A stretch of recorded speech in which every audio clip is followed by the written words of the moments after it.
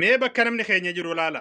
Aadam Haaruun sirriin jiru, Aadam Haaruun sirraa'uu qaba jennaani ilmaan Aadam Haaruun warri fakkaattonni isaa warri gartee sabboonummaa amantirra caalfate waan akkana haasa'a. Mee waan gurbaan kun haasa'u waliin laalleti itti deebinee dubbanna. Fakkeenya isinii kaa'e. Jaarraa abbaa gadaa ni beektanii jaarraa abbaa gadaatii fi Umar ibn Khattab waliin caalan jechuudha Rabbi biratti. Isinii galteemi? Sheekh Mahamad Rashaad Abdulleetii fi Umar ibn Khattab waliin caalan Rabbi biratti. Isinii galteemi? Ni beektan gootota Oromoo Sheekh Adam Tuula ulamaa jechuudha.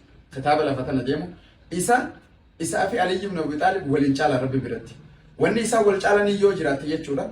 Addunyaa tana gubbatti sodaa Rabbii qabaachuu qofa. Sodaa san.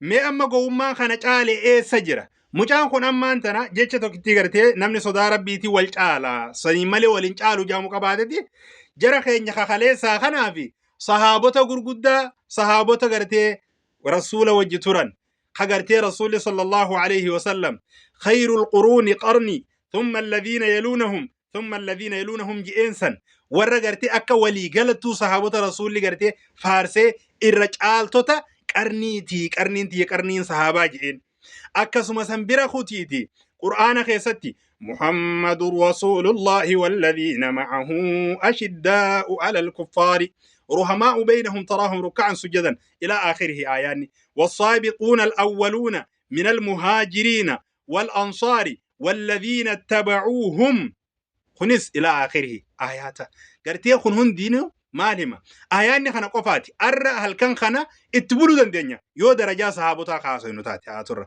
حديثني لين أكسوم فكين ينسي خاصة مالي صحابتا كان سنبرا ختمس عمر بن الخطاب أبو بكر الصديق عثمان بن عفان علي بن أبي طالب جارو مغور قدامة تدوري خنا فردته هقا جوليتي نتخلي ساتنا تجيز ديبتي تناول مدال جبتو خني قوما دما أمة مال أكا غرتي نمني سبب يعني أمنتي في سبب البرك أبي سبون ما تنا ركتشا جروتو غرتي أسرام الله تاجو سيقالي صحابني رسول صلى الله عليه وسلم الرجال أمتاتي سيقالي أكسم أبو بكر فانبر بعد أنبيوتتي إفا أنبيوتتي الرجال صحابة إسابر إفا غرتي أنبيوتتي أبو بكر warri ati amma kaaste kun hundi warra gartee jannanni isaanii duniyarra jiru jannataan gammachiifaminidha.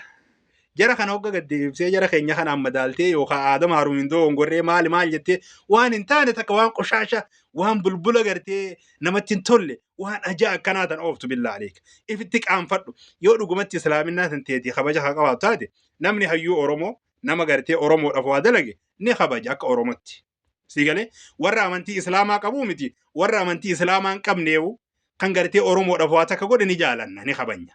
Garuu as deebiftanii Oromummaa amantiin Oromummaadhaa fi maalii tanaan hin madaalamtu amantiin lubbuun hin madaalamtu amantiin waa hundaa oli.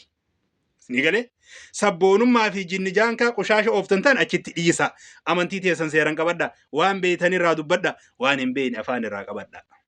Aadam Haaruun dongore isaa sirreeffachuu qaba dongore isaa irraa baratu qaba irratti dubbatamuu qaba irraa callifamuu qabu atilleen akka nama beekuu olii gadi hin fiigini yoo dandeesse waa baradhu yookaan afaan kee xum godhiiti itti gartee cufiiti calji'i ta'i waan hin beekne keessan seenina sahaabonni eenyuyyuu ni caalanii jechuudha gartee radiyallahu anhum